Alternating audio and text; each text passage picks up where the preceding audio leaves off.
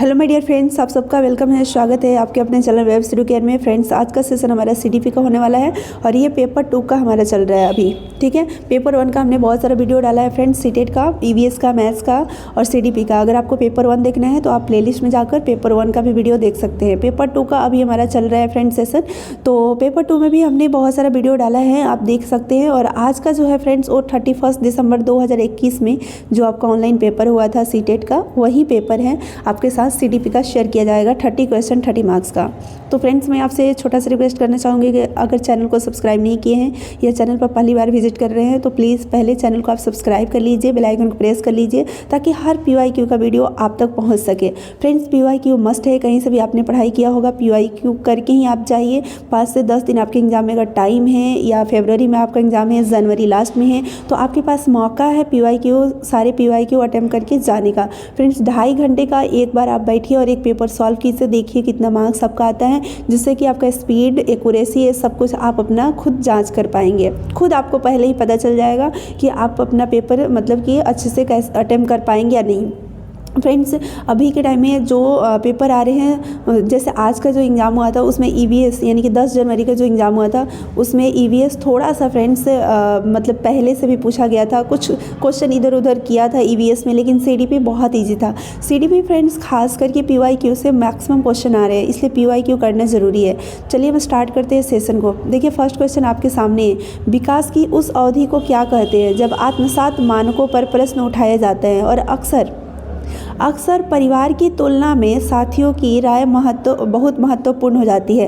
तो इसको मतलब यहाँ पर पूछा जा रहा है कि विकास की वो कौन सी अवधि है जब बच्चे मतलब क्या करते हैं, अपने परिवार की तुलना में ज़्यादा अपने साथियों को महत्वपूर्ण मानते हैं। तो फ्रेंड्स, ऐसा जो अवस्था है वो किशोरावस्था को कहा जाता है। ठीक है, किशोरावस्था में वो उनके परिवार से ज़्यादा परिवार वाले उनके बुरे लगने लगते हैं और उनके जो साथी दोस्त होते हैं वो उनको अच्छे लगने लगते हैं, है ना। तो ये 4th ऑप्शन आपका राइट ऑप्शन हो जाएगा। सेकंड क्वेश्चन क्या है, यह देखकर कि उनका पुत्र रवि पठन में बहुत रुचि लेता है और 3 वर्ष की आयु में ही पढ़ लेता है, उसके माता पिता ने उसे बहुत सी पुस्तकें लाकर दी। अपने माता पिता के प्रोत्साहन से रवि की पठन क्षमता अपनी आयु से कहीं बहुत आगे है। इस उदाहरण से विकास के किस सिद्धांत को संदर्भित किया जाता है? देखिए, विकास का सिद्धांत जो है ना, उससे क्वेश्चन पूछा गया है, लेकिन इस तरह से लैंग्वेज के फॉर्म में आपसे पूछा गया है। विकास किसी निर्धारित मार्ग का अनुसरण नहीं करता। क्या इस बात से ये लगता है विकास किसी निर्धारित मार्ग का अनुसरण नहीं करता? देखिए, ऐसे तो करता है। विकास समीप दूराभिमुख है, तो बिल्कुल विकास समीप दूराभिमुख भी होता है, यानी कि प्रॉक्सिमो डिस्टल भी होता है, सेफेलोकॉर्डल भी विकास होता है, सिर से पाव, है ना, सेंटर से पेरीफेरी विकास ऐसा होता है। विकास आपका क्या बोलते हैं, प्रेडिक्टेबल पाथ को भी फॉलो करते हैं हम, मतलब कि पहले से हम प्रेडिक्ट कर लेते हैं कि इसका ये विकास होगा। जैसे हम लोगों को पहले से पता है कि बच्चा पहले बैठना शुरू करेगा, फिर चलना, फिर दौड़ना, है ना। तो ये चीज़ें। लेकिन चौथा जो ऑप्शन है ये देखिए, विकास आनुवंशिकता और परिवेश के बीच अंतःक्रिया का परिमाण है।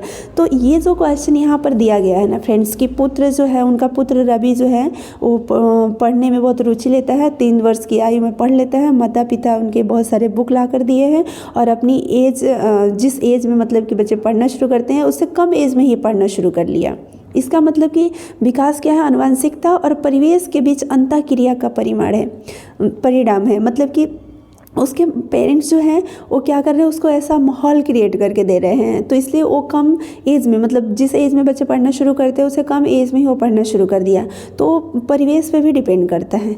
तो 4th ऑप्शन आपका राइट ऑप्शन है। ठीक है, मतलब देखिए ये सब सही है, विकास के संदर्भ में ये सारी बातें सही है, लेकिन जो क्वेश्चन दिया गया उससे संदर्भित जो है वो 4th ऑप्शन है। ठीक है, आगे हम बढ़ते हैं। क्वेश्चन नंबर 3, विकास की कौन सी अवस्था में निम्न लक्षण समाहित है?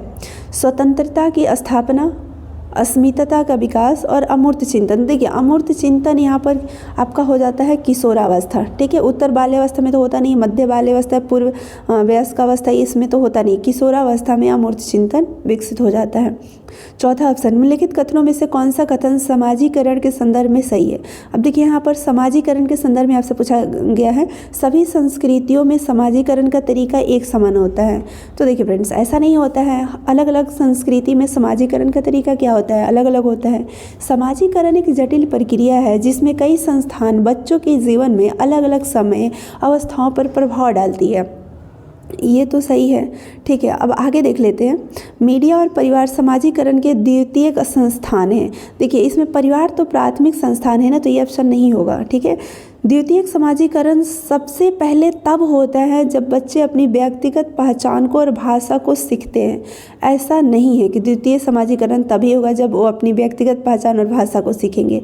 तो यहाँ पर जो ऑप्शन है फ्रेंड्स, वो आपका सेकंड ऑप्शन राइट ऑप्शन है, ठीक है। क्योंकि समाजीकरण के संदर्भ में आपसे कथन पूछा गया है कि कौन सा सही है। तो समाजीकरण एक जटिल प्रक्रिया है, कई संस्थान बच्चों के जीवन में अलग अलग समय अवस्था पर प्रभाव डालती है। जो भी संस्था है वो उससे बच्चे के जीवन पर प्रभाव पड़ता है या नहीं पड़ता है, पड़ता है ना, अलग अलग अवस्थाओं पर भी प्रभाव पड़ता है। तो सेकंड ऑप्शन आपका राइट ऑप्शन है समाजीकरण के संदर्भ में। निम्नलिखित में से किस सिद्धांतकारी ने नैतिक तर्कता के अध्ययन के लिए संज्ञानात्मक विकासात्मक दृष्टिकोण का उपयोग किया है। अब देखिए यहाँ पर संज्ञानात्मक विकासात्मक दृष्टिकोण की बात की जा रही है। संज्ञानात्मक विकासात्मक दृष्टिकोण का उपयोग जीन पियाजे ने किया है। तो यहाँ पर आपका सेकंड ऑप्शन राइट ऑप्शन हो जाएगा। क्वेश्चन नंबर 6 क्या है, बच्चे दुनिया को लेकर अपनी समझ को सक्रिय रूप से निर्मित करते हैं। दुनिया को लेकर अपनी समझ को क्या करते हैं, सक्रिय रूप से निर्मित करते हैं। तो यह कथन किसने प्रस्तावित किया था। देखिए यहाँ पर क्या बात की गई है, दुनिया को लेकर अपनी समझ को सक्रिय रूप से विकसित करते हैं। तो जीन पियाजे ने ये बातें कही है, ठीक है। क्वेश्चन नंबर 7, अध्यापन अधिगम के संदर्भ में निम्न में से कौन सी तकनीक को लेव वाइगोस्की ने समर्थन नहीं दिया। अब देखिए यहाँ पर सहकारात्मक अधिगम यानी कि एक साथ जो बच्चे पीर ग्रुप की बात लेव वाइगोस्की करते हैं कि बच्चे एक साथ मिल करके एक दूसरे को सहयोग करके वो सीखते हैं, ये तो बात उन्होंने कही है। पाड़ का भी बात उन्होंने बोला है कि बच्चे को स्कैफोल्डिंग जो प्रोवाइड किया जाता है, सहायक अधिगम भी ये चीज़ हो गया। लेकिन यहाँ पर आप देख पा रहे हैं फ्रेंड्स, एक है प्रतिपादक अध्यापन, इसके बारे में उन्होंने नहीं किया है, ठीक है। तो फोर्थ ऑप्शन आपका हो जाएगा राइट ऑप्शन, ठीक है। आगे देखते हैं क्वेश्चन नंबर 8 में क्या है, किसी एक पहेली के टुकड़े को जोड़ते समय मीठी अपनी क्रियाओं को निर्देशित करने के लिए बोल बोल कर काम करती है। क्या करती है, बोल बोल कर। यानी कि जो बच्चे होते हैं ना कि अपने आप में वो काम कर रहे होते हैं और बोल रहे होते हैं। स्वयं को निर्देशित करने से संबोधित भाषा के इस प्रयोग को लेव वाइगोस्की के किस रूप से संबोधित करते हैं। तो इस चीज़ को लेव वाइगोस्की क्या बोलते हैं, आत्मकेंद्रित वाचन नहीं, लेव वाइगोस्की ये नहीं बोलते हैं। यहाँ पर लेव वाइगोस्की प्राइवेट स्पीच की बात करते हैं, बच्चे अपने आप में ही खुद को निर्देशित करते हैं। तो सेकंड ऑप्शन आपका राइट ऑप्शन हो जाएगा, क्योंकि लेव वाइगोस्की की बात यहाँ पर की जा रही है, ठीक है। क्वेश्चन नंबर 9, लॉरेंस कोहलबर्ग ने नैतिक सिद्धांत के अनुसार नैतिकता विकास क्रम के किस स्तर पर व्यक्ति कानून और सामाजिक स्वीकृति की परवाह किए बिना किसी कार्य को आत्म अनुभूति द्वारा स्वयं निर्धारित सिद्धांतों के आधार पर उचित ठहराता है।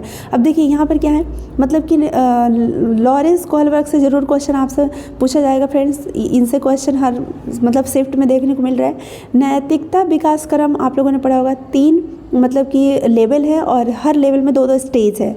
तो जो लास्ट लेवल का लास्ट स्टेज है ना, उसमें ये है, ठीक है। व्यक्ति कानून और सामाजिक स्वीकृति यानी समाज का परवाह नहीं करता है, कानून का परवाह नहीं करता है, और बस आत्मानुभूति द्वारा जो भी निर्धारित सिद्धांत है उसके आधार पर वो उचित ठहराता है। तो इसके लिए अगर आप देखेंगे फ्रेंड्स, तो ये सबसे लास्ट वाला स्टेज में तो आपका सार्वभौमिक नैतिकता सिद्धांत अभिमुखता ये कहलाता है, यानी कि सेकंड ऑप्शन यहाँ पर आपका हो जाएगा। तो लॉरेंस कोहलबर्ग के जो भी लेवल है और स्टेज है वो आप ज़रूर कर लीजिएगा। शॉर्ट वीडियो में हमने बनाकर डाला है, शॉर्ट वीडियो आप देख लीजिएगा। शॉर्ट वीडियो में लॉरेंस कोहलबर्ग के 3 लेवल और उसमें 2-2 स्टेज, 6 स्टेज के बारे में हमने बताया है। आगे हम देख लेते हैं क्वेश्चन नंबर 10 में क्या है, एक प्रगतिशील कक्षा में अध्यापक विद्यार्थियों को समूह में कार्य देकर समन्वय अधिगम कार्य संपादन के लिए सुसाध्य करता है। ऐसा करके वह विद्यार्थियों में क्या किसको किसको बढ़ावा दे रहा है, प्रतियोगिता को बढ़ावा दे रहा है। तो देखिए ऐसा मतलब मकसद नहीं होता है प्रतियोगिता को बढ़ावा देना, सहभागी अधिगम, बिल्कुल। प्रतिद्वंदिता भी निगेटिव है, कुंठा भी निगेटिव है, ठीक है। प्रतियोगिता को भी बढ़ावा नहीं दिया जाएगा। यहाँ पर क्या करें कि समूह में अगर कार्य दे रहा है यानी कि सहभागी अधिगम, जो वाइगोस्की बोलते हैं ना सहायक अधिगम, तो सेकंड ऑप्शन आपका राइट ऑप्शन हो जाएगा। आगे हम देखते हैं क्वेश्चन नंबर 11, हावर्ड गार्डनर ने बहुबुद्धि सिद्धांत में कौन से बुद्धि प्रकार समाहित किए हैं? अब देखिए इसमें से कौन सा बुद्धि प्रकार उन्होंने समाहित किए हैं? मल्टीपल इंटेलिजेंस की बात हावर्ड गार्डनर ने की है। तो इसमें से आपका जो हो जाएगा फ्रेंड्स, देखिए यानी कि जो स्थानिक है ना, भाषाई, विश्लेषणात्मक, इसमें पूछा जा रहा है कि कौन सा प्रकार समाहित किए हैं? भाषाइक, तार्किक, गणितीय और संगीतिक यानी म्यूजिकल। यहाँ पर आप इंग्लिश में देख सकते हैं, ठीक है। एनालिटिकल, लिंग्विस्टिक, आपका हो जाएगा लिंग्विस्टिक, लॉजिको, मैथमेटिकल, म्यूजिकल, ठीक है। और यानी कि थर्ड ऑप्शन आपका यहाँ पर हो जाएगा right option. Third option right option हो जाएगा। आगे हम देख लेते हैं नेक्स्ट क्वेश्चन नंबर 12 में क्या है फ्रेंड्स? बच्चों में जेंडर रूढ़िवाद के खंडन हेतु निम्नलिखित में से किसका प्रयोग टालना चाहिए? ध्यान से यहाँ पर क्वेश्चन समझिए। बोला जा रहा है कि बच्चों में जेंडर रूढ़िवाद के खंडन हेतु किसका प्रयोग टालना चाहिए, मतलब नहीं करना चाहिए। देखिए अन्य जेंडर के बच्चों के साथ संयुक्त प्रयास करना, तो ये तो सही है, ठीक है। मतलब कि अन्य जेंडर के बच्चों के साथ भी संयुक्त प्रयास करना है, ठीक है। गैर रूढ़िवादी गतिविधियों से जुड़े वयस्कों से अनावरण, ये भी सही है। लड़कियां कला में अच्छी होती है और लड़के गणित में उत्कृष्ट होते हैं, जैसे वर्गीय उक्तियों का प्रयोग करना, तो ये तो गलत हो गया ना। ये तो जेंडर रूढ़िवादिता को खंडन नहीं करेगा, ये तो मतलब कि लोग बच्चों के बीच में जेंडर रूढ़िवादिता को दर्शाएगा। तो इसमें टालना की बात किया जा रहा है, मतलब निगेटिव आपसे पूछा जा रहा है, तो थर्ड ऑप्शन ही हो जाएगा। बाकी देखिए विभिन्न जेंडरों के बारे में जन्मजात क्षमताओं और क्षमताओं की सामाजिक अभिज्ञता पर समालोचनात्मक चर्चा करना, ये तो सही है। थर्ड आपका हो गया जो टालना चाहिए, ये मतलब काम नहीं करना चाहिए, ठीक है। क्वेश्चन नंबर 13 में क्या है कि देखिए अभिकथन और तर्क वाला भी क्वेश्चन आपका आ रहा है सीटेट के एग्जाम में। एक अध्यापक को अपनी कक्षा में व्यक्तिगत विभिन्नताओं को पोषित नहीं करना चाहिए, तो यहाँ पर तो ये क्या हो गया आपका निगेटिव हो गया। व्यक्तिगत विभिन्नताओं का भी ध्यान रखना चाहिए। दूसरा क्या है? प्रगतिशील शिक्षण का उद्देश्य यह सुनिश्चित करना है कि सभी बच्चों को एक रूपी तरीके से निर्देश दिए जाए और मानक विधियों से उनका आकलन किया जाए। देखिए स्टैंडर्ड यहाँ पर जहाँ पर मेथड होगा ये आपका निगेटिव हो गया, और एक ही तरीके से निर्देश क्यों करेंगे? सभी बच्चे अलग अलग तरीके से होते हैं ना, ठीक है।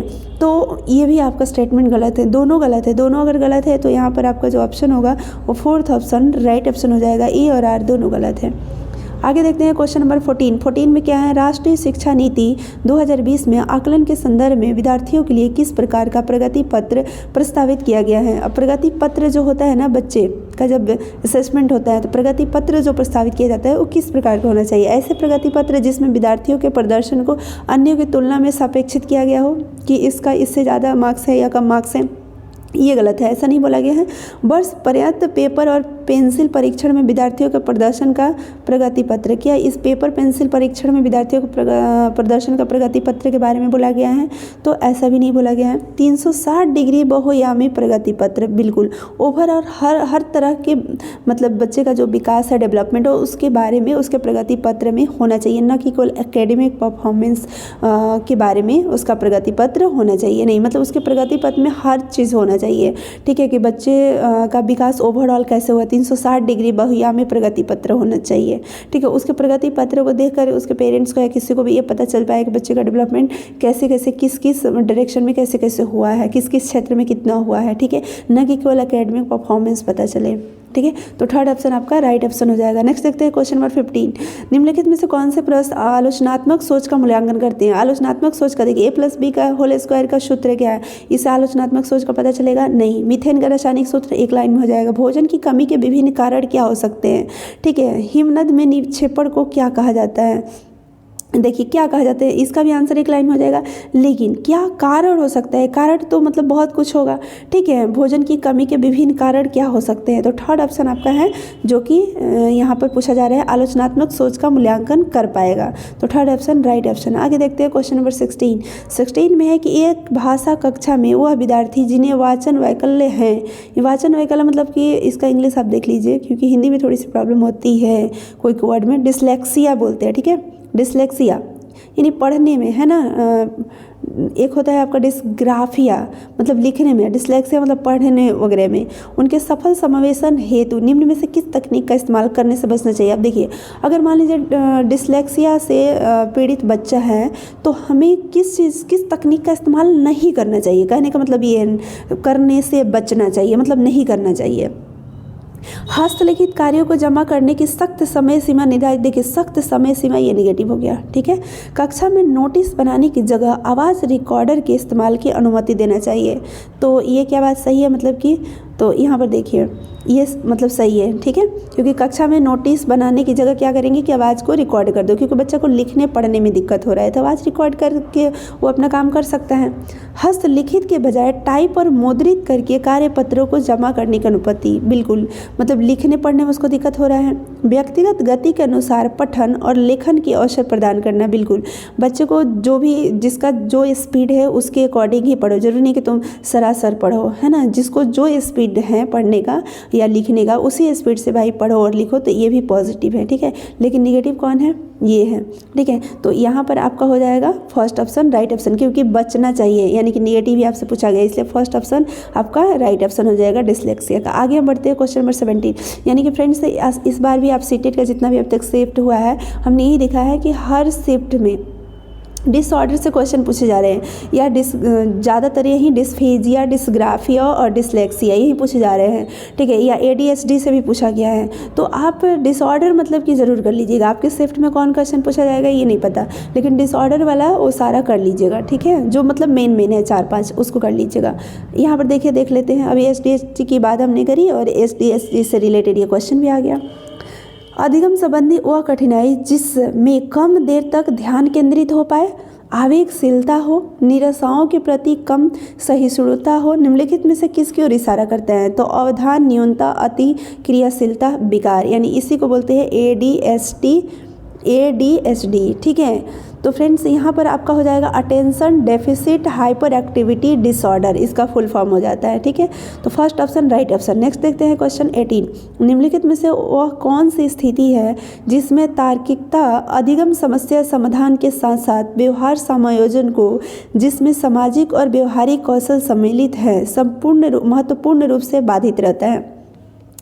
देखिए यहाँ पर क्वेश्चन ये पूछा गया है फ्रेंड्स कि निम्नलिखित में से वो कौन सी स्थिति है जिसमें तार्किकता अधिगम मतलब सीखने में प्रॉब्लम हो, तर्क देने में हो, समस्या समाधान के साथ साथ व्यवहार समायोजन को भी, जिसमें सामाजिक और व्यवहारिक कौशल सम्मिलित हो, महत्वपूर्ण रूप से बाधित रहता है। मतलब कि ये सब नहीं होता है, व्यवहारिक कौशल, सामाजिक कौशल, है ना, समस्या समाधान का, अधिगम का, तर्क का, ये सब बाधित हो। श्रवण क्षति में, दृश्यात्मक क्षति में, गति क्षति में, बौद्धिक। तो देखिए ये सब फ्रेंड्स आ जाएगा आपका किसमें, बौद्धिक में आ जाएगा, ठीक है, बौद्धिक में आ जाएगा। आगे हम देखते हैं क्वेश्चन नंबर 19, समावेशन से तात्पर्य है कि अधिगम कठिनाई महसूस करने वाले विद्यार्थी मुख्य धारा विद्यालय में पृथक रूप से सीखे। देखिए ये स्टेटमेंट जो है रॉन्ग है। समावेशन का मतलब क्या होता है, हर तरह के बच्चे को मतलब क्या करना, इंक्लूड करना, एक साथ पढ़ाना, एक विद्यालय में पढ़ाना, है ना। लेकिन यहाँ पर क्या कर रहे हैं कि विद्यार्थी मतलब कि जो अधिगम कठिनाई महसूस करने वाले विद्यार्थी हैं उनको मुख्य धारा विद्यालय में पृथक रूप से सिखाओ, मतलब अलग रूप से सिखाओ। पृथक ये निगेटिव वर्ड हो गया, तो ये स्टेटमेंट ही गलत हो गया, ठीक है। दूसरा क्या है, इस प्रकार की रणनीति अधिगम कठिनाई महसूस करने वाले विद्यार्थियों को समाज में प्रतिभागिता के लिए तैयार करती है। तो ये जो रणनीति है कि बच्चे को जो सीखने में कठिनाई फील कर रहे हैं उनको अलग से पढ़ाओ, तो ये जो रणनीति है कह रहा है कि ये कठिनाई महसूस करने वाले विद्यार्थियों को समाज में प्रतिभागिता के लिए तैयार करती है। तो ये बात सही है क्या? तो फ्रेंड्स यहाँ पर देखिए ये बात सही नहीं है, ये रणनीति ही नहीं सही है, तो उस रणनीति का ये व्याख्या भी क्या है, गलत है। तो यहाँ पर दोनों अगर गलत है तो ऑप्शन कौन सा हो जाएगा, फोर्थ ऑप्शन आपका राइट ऑप्शन हो जाएगा। क्वेश्चन नंबर 20, निम्नलिखित में से कौन सा सृजनात्मकता का महत्वपूर्ण कारक नहीं है। सृजनात्मकता का महत्वपूर्ण कारक देखिए मौलिकता, अभिसारी चिंतन, प्रवाह, लचीलापन। देखिए ये भी है, ये भी है, ये भी है। अभिसारी चिंतन, यहाँ पर आपको ध्यान देने की जरूरत है। अभिसारी चिंतन, अपसारी रहता तो होता, लेकिन अभिसारी चिंतन सृजनात्मकता का कारक नहीं है। अभिसारी मतलब बस एक बिंदु पर सोचना, एक जगह सोचना, ऑल डायरेक्शन में नहीं सोचना, ठीक है। तो सेकंड ऑप्शन आपका हो जाएगा राइट ऑप्शन। नेक्स्ट हम देखते हैं फ्रेंड्स क्वेश्चन नंबर 21 में क्या है, एक सामाजिक संरचनात्मक कक्षा में ज्ञान के क्या क्या स्रोत होते हैं।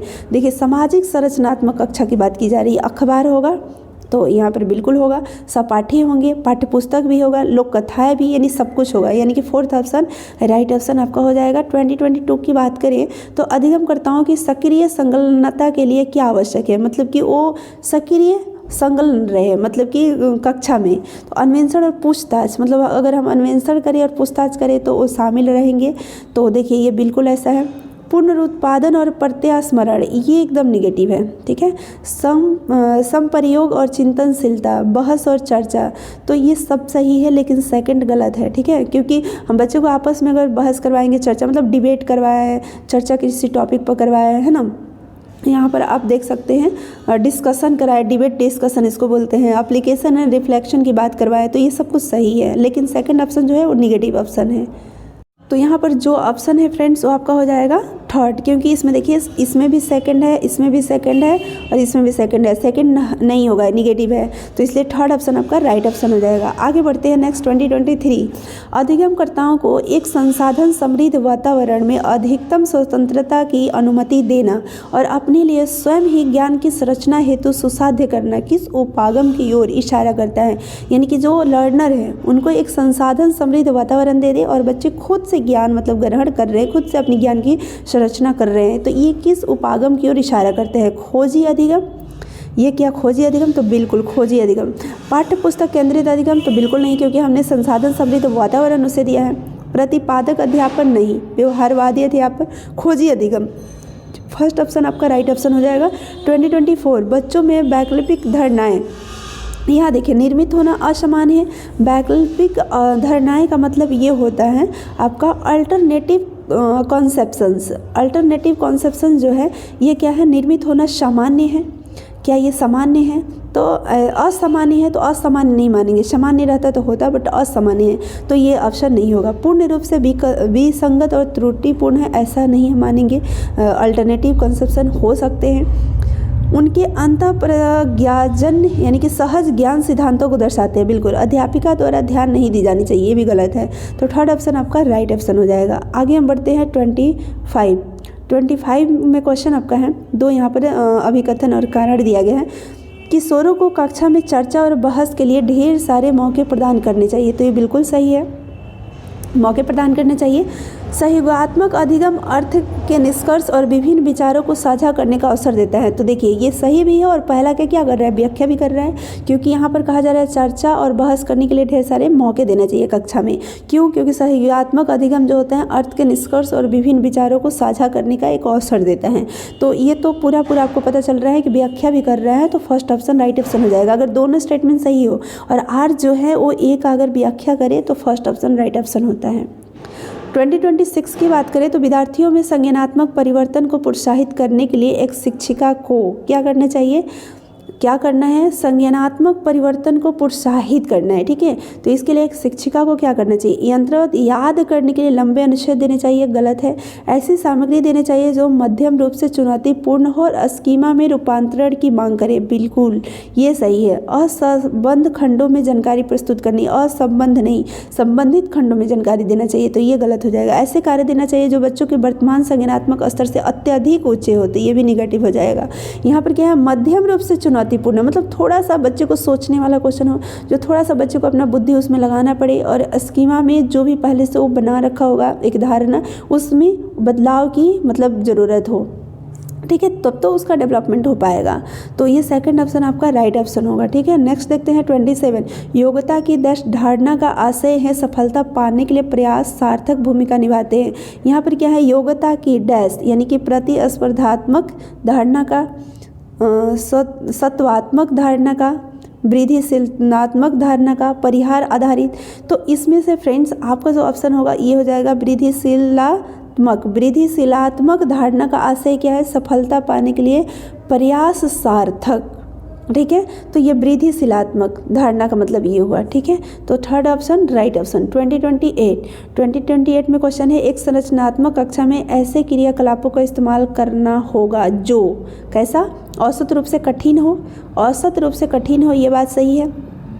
पाठ्य सामग्री के प्रत्यास्मरण पर आधारित हो, तो ये तो बिल्कुल नहीं होगा। पुनरावृत्ति और यांत्रिक, ये भी नहीं होगा। सामूहिक कार्य, ये बिल्कुल सही है। यानी संरचनात्मक कक्षा में ऐसा क्रियाकलाप का इस्तेमाल हमें करना होगा कि जो सामूहिक कार्य हो, मतलब बच्चे एक साथ अगर मिलकर काम करेंगे तो सहयोगात्मक भावना भी उनमें उत्पन्न होगा। औसत रूप से कठिन मतलब एवरेज से थोड़ा सा ऊपर हो, जिससे कि बच्चे को सोचने का भी मौका मिले, उसके ऊपर वर्क करने का मौका मिले। तो सेकंड एंड थर्ड नहीं होगा, तो देखिए सेकंड थर्ड तो होगा नहीं, सेकंड इसमें भी है नहीं होगा, और एक ऑप्शन आपका जो है चौथा ये भी नहीं होगा, क्योंकि इसमें तो ये तीनों सेकंड आ गया, थर्ड भी आ गया, तो आपका थर्ड ऑप्शन राइट ऑप्शन होगा। फर्स्ट होगा सही और फोर्थ होगा, तो थर्ड ऑप्शन राइट ऑप्शन हो जाएगा। ठीक है, आगे देखते हैं 29 में क्या है कि जब एक विद्यार्थी को डैश का एहसास होगा यदि वो सफलता का आरोपण आंतरिक मानता है। ध्यान समझिएगा, क्या करे एक विद्यार्थी, जब एक विद्यार्थी को डैश किसका एहसास होगा, दुश्चिंता का, राहत का, शर्म, आभार, गर्व, क्रोध, आभार, प्रसन्नता, ये दो ऑप्शन है। ठीक है, तो एक विद्यार्थी को डैश का एहसास होगा यदि वो सफलता का आरोपण